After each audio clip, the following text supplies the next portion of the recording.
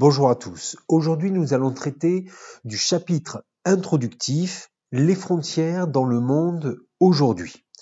Nous allons nous demander en problématique quelles sont les grandes caractéristiques des espaces frontaliers de nos jours.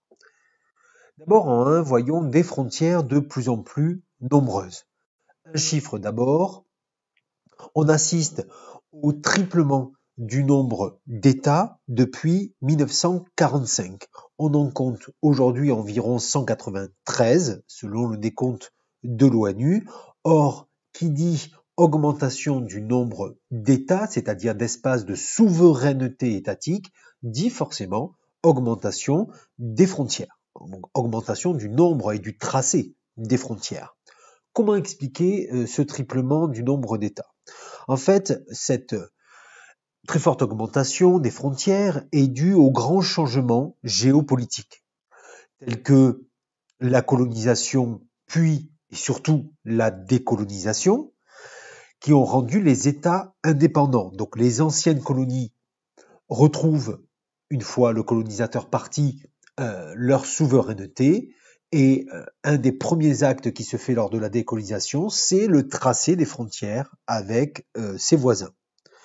Deuxième changement géopolitique majeur, c'est la fin de la guerre froide et notamment la disparition, l'implosion du bloc soviétique qui fait que, là encore, du fait de l'indépendance des républiques de l'Est de l'Europe ou d'Asie centrale, eh bien, cela multiplie automatiquement les frontières. On a donc ce qu'on appelle la multiplication des dyades. Ce sont quoi les dyades ? Ce sont les frontières terrestres communes à deux États. Mais notons quand même qu'en plus des frontières terrestres, la définition des frontières maritimes est également l'objet d'un débat incessant. Petit 2, des frontières de plus en plus marquées.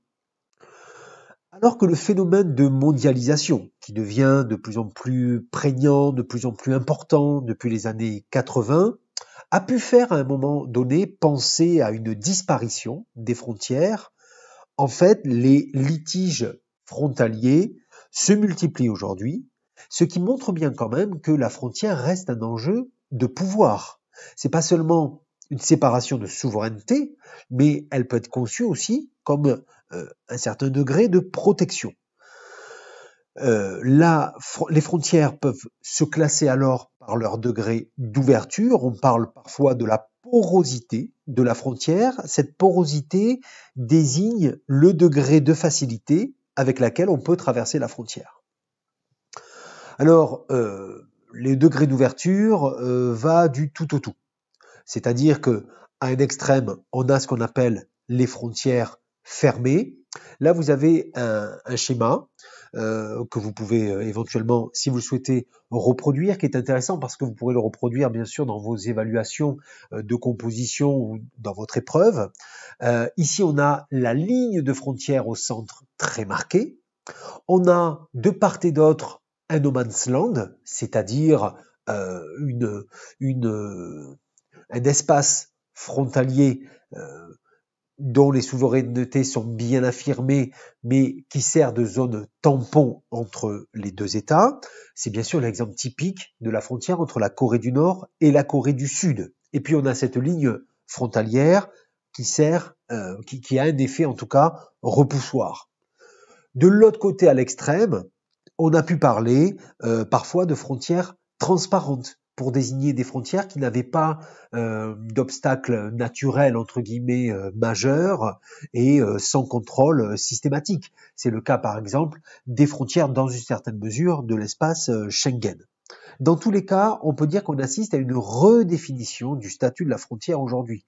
Ça peut passer par une matérialisation plus forte de la frontière par le fait d'ériger des murs de frontières. Ça peut passer par des frontières d'organisation régionale, donc on essaie d'aller au supranational, on n'est plus dans le national mais dans l'organisation régionale, c'est le cas de l'espace Schengen, et aujourd'hui on a une très forte redéfinition avec ce qu'on appelle souvent les smart borders, qu'on pourrait traduire littéralement les frontières intelligentes, en fait les frontières technologiques qui sont, donc certaines lignes de frontières sont dotées de capteurs thermiques, voire biométriques dans les aéroports, etc., hein, pour contrôler les flux. Petit 3, l'affirmation des espaces transfrontaliers. Alors, c'est une particularité puisque aujourd'hui, les frontières fonctionnent de plus en plus comme des interfaces, c'est-à-dire des zones de contact entre deux espaces aux caractéristiques souvent différentes. Là encore, nouveau schéma d'une frontière interface qui est aussi un lieu d'échange. Vous avez toujours en couleur les deux zones de souveraineté. Vous avez la matérialisation de la frontière. Alors, vous voyez que je les ai mis en pointillé par rapport à la frontière fermée tout à l'heure, où il y avait vraiment un gros trait noir. Là, en pointillé, tout simplement parce que la matérialisation de la frontière, elle peut être de différentes formes. On peut avoir une interface avec une frontière bien délimitée et une interface avec une frontière quasiment transparente. On peut prendre l'exemple de la frontière entre la France et et l'Espagne par exemple. Entre quand même, il y a des mobilités et des échanges.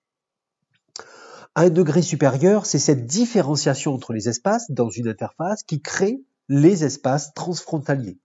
C'est-à-dire qu'ici, la frontière n'est plus une ligne véritablement, mais une zone tampon dans laquelle qui est traversée par des flux, d'ailleurs qu'ils soient légaux ou illégaux, de marchandises ou d'hommes.